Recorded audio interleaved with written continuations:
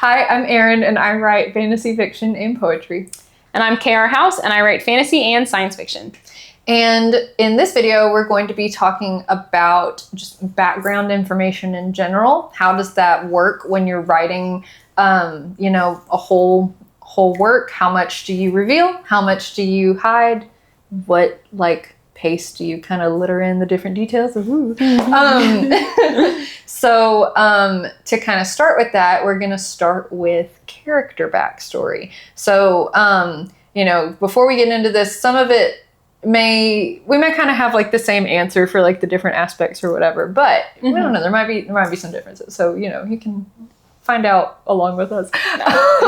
So for the character backstory, do you have any thoughts to kind of start off with there? Yeah, well, I was just thinking about it for my own book and character backstory. And I have two main characters. One of them, they're brothers, they're half brothers. Mm-hmm. One of them, the younger one, is 16, and he has not lived enough life to have a backstory. Some people do at 16, but he does not. He's just kind of been in the same place doing the same thing the entire time. Mm-hmm. The older one does have more of a backstory, and there's things that you learn about him, as the series goes on, about his relationship with his dad and things. And I think I kind of, for him, was well, I'm not going to just info dump some of this stuff. I want it to kind of come out naturally as he comes across things that kind of remind him of it. So in the first book, his dad, he thinks of his dad at 2 points. There's one point where he's something happens where he's oh wow, now I'm a soldier just like my dad was. That's gross. Mm-hmm. And then at the very end, someone makes a comment about his dad, and he's oh. And then in book 2, more stuff will come out about his dad. So I think that I've tried to naturally weave that in. I don't know if it's cheap to use my own book as an example, but that's the thing that came to mind. Mm-hmm. Because sometimes books can go too much in hiding a character's backstory. Because if you're in their head, mm-hmm. you know what they know, but at the same time, you don't want a normal person's not going to be oh yes, this reminds me of how I used to work for this company and how I had fallen in love with one of my fellow employees and blah, blah, blah, blah, blah. And you're no, that kind of stuff will come out mm-hmm. as it comes up. Does that make sense? That's kind of how I think about it. Mm-hmm. I don't know. How do you think about it? Yeah, I think it just depends on the character a lot of the time, because you've got some people who are like that, who were just well, I'll just tell you about everything. That's true. You do have that in real life. Yeah. Never mind. But so it's some characters, it's just their personality just kind of lends to that. I'm also going to use my own writing as an example. So you're good. Because in the book I'm writing right now, the main character, she does a lot of weird or she just does things kind of differently, has some kind of ritualistic behavior, and that is because of her backstory. So it's sometimes it's directly relevant to what's happening in the story, mm-hmm. but then you have other ones who it's not so much, and it's just you're just kind of revealing enough information for certain things to make sense. But I guess it's another thing that just depends if the character is really concerned with what led them to be there, then you're going to talk about it more, and if they're not, especially if it's a character who's just we're just moving on, then it's you're probably not going to hear about their backstory. It's almost you have to, I know they're not actual entities, but you kind of have to let them decide. That's true.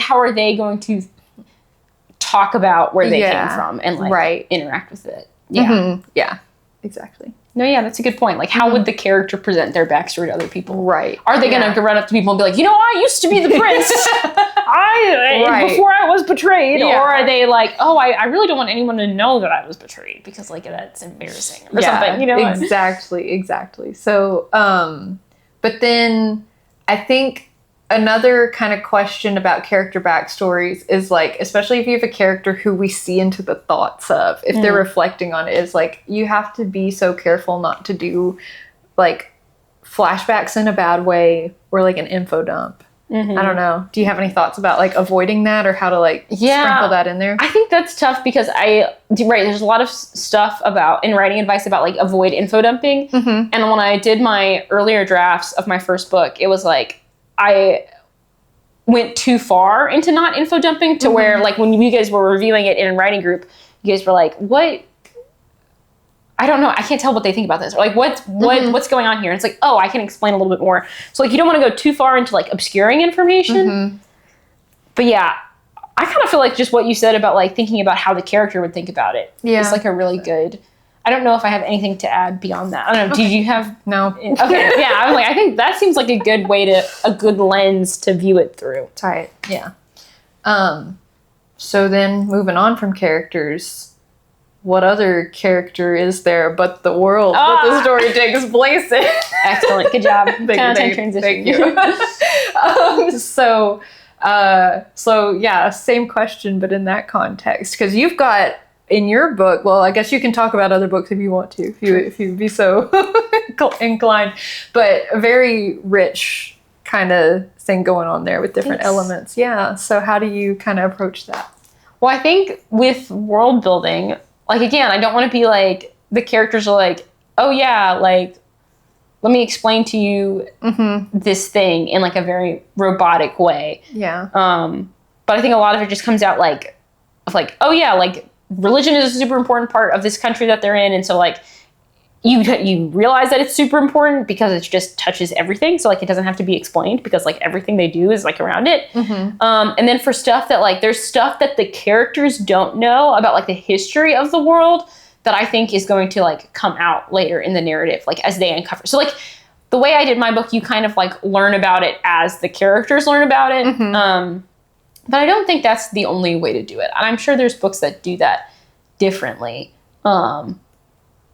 Maybe, I don't know, I feel like we talk about Lord of the Rings a lot. Lord of the Rings might be one where it's like, there's not a ton of like the world has a ton of history to it, right? But there's not like, the characters never like explain to the reader like, right. And they're not really uncovering secrets either. It kind of just feels like there is history to this world.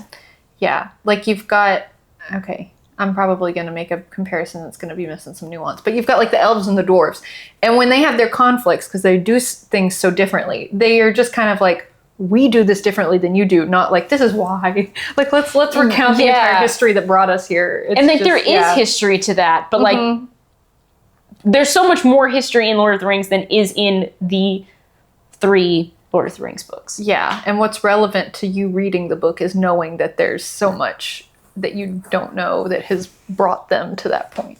Yeah, like we don't need to know about Galadriel's history to like get that she's powerful and cool and she's been around, like she's experienced and wise and all these things. Yeah. Which is kind of interesting because the series does give backstory, but she still starts out being like cool and powerful. And it's like, oh, we still don't. Anyway, haven't watched the whole thing, but I haven't gotten enough into, or I don't think I've written enough stories where the history is really relevant. The one I'm working on now, I'm going to have to figure that out because like the most important thing is like there are countries that have conflicts with each other. That's relevant, but you don't necessarily like need to know why unless you come across, I mean, there's a lot of military people that are characters in it that I'm like, they're going to talk about it. And there's been a change of power that vastly changed the way one country runs that I'm like, well, that's going to get explored. But it is also just kind of like, but for a lot of people, that doesn't actually affect their daily lives. So it's like you have to like be talking about the characters who were like more entrenched in that to really like have a reason for that to come out anyway. Sometimes. Yeah, that's true. Like in real life, it's like even when we talk about politics with people in real life, it's not like, or even if you're not talking about politics, it's not like we're always thinking about the history of all these things. Like the people who are in it or who are like study it do, but like your average person is not like, oh yeah, like these are the like, yes, I know all the factors that led to World War I. Like most, like that's not something that everybody knows, right? Right. Yeah. Oh, I do want to add as a little caveat, because we talked about like, or I think I mentioned like not just telling the reader, like showing, not telling. I don't think that's a hard and fast rule though, because Lies of Locke Lamora by Scott Lynch, he does this where he's like, sometimes like the story will be going along and then it'll like stop and it'll like, jump to like the narrator will be like, okay, let me tell you about these people or this place, or like there's like mages in it, and he's like, no, let me explain mages, but he doesn't say it like that, but like it kind of breaks the narrative. But he's such a good writer, and like he does it in a really funny way that like it's not a hard rule that you can never tell, but I think telling is a more advanced technique than showing to like do it well. Yes. Yeah, that's another good point to say, like, it's funny. It totally depends on the tone, because there are ways to do flashbacks and there are ways to do info dumps that are absolutely fitting for the story and the writing style and the tone. Yes. But if you're doing like your strict high fantasy Lord of the Rings kind of thing, it's like, well, yeah, it doesn't fit as much unless you've got an ent singing a song and the song is about the history. But you know, that's just because Tolkien sometimes is like, he's like, a little song, a little musical treat for you. So kind of the theme in our answers has been like, you know, it really just depends on what kind of serves the story. But the point sometimes of keeping things hidden is because sometimes there needs to be an air of mystery. And sometimes you're kind of trying to guide the reader's experience as far as how informed they are and how not informed they are. So what do you, I mean, I guess this is kind of open-ended. Like, how do you kind of approach it? But also, like, what do you prefer when you read? Ooh, I love lots of mystery. I like not knowing things. And I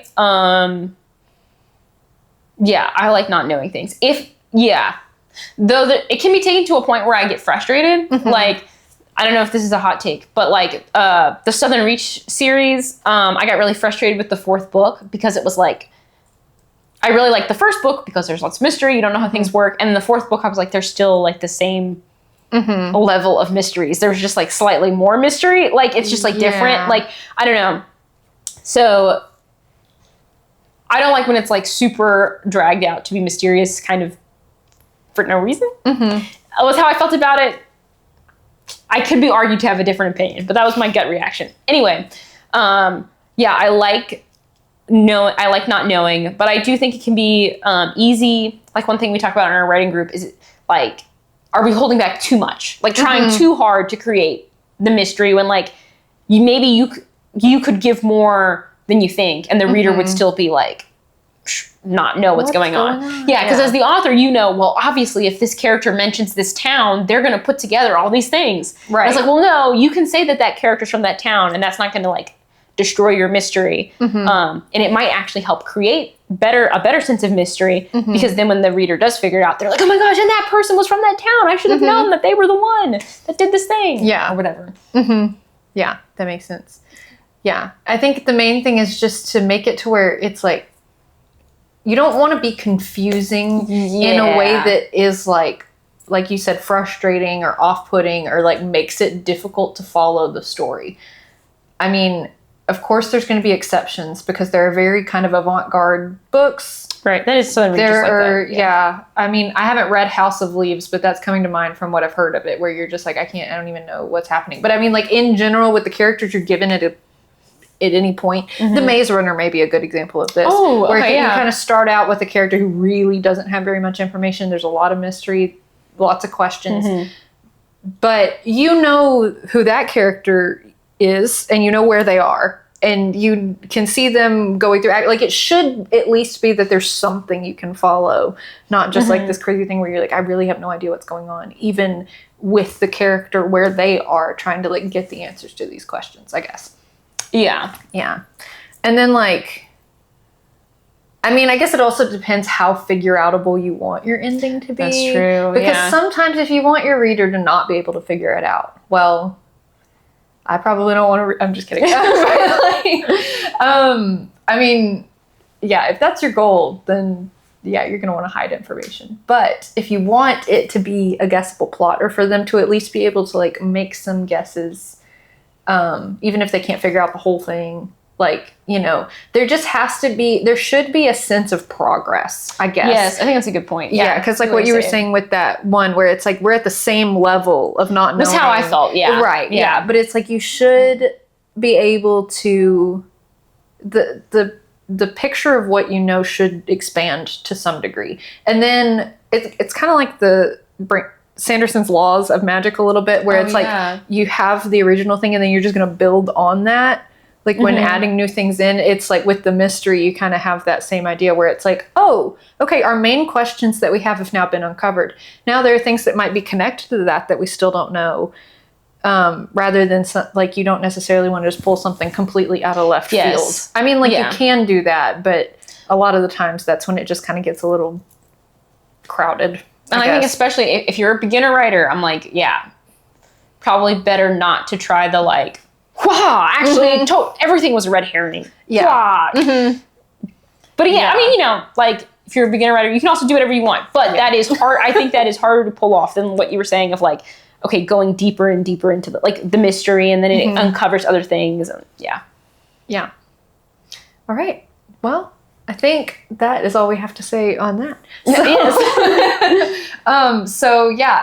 If you have some examples of stories that either do this well or maybe that you think don't do this well, or if you just have thoughts and kind of different takes on how to have mystery, how to reveal information in a book, any good tips, you know, we might like to hear them, but other people might too. So feel free to leave comments about those things, and we will see you next time. Bye.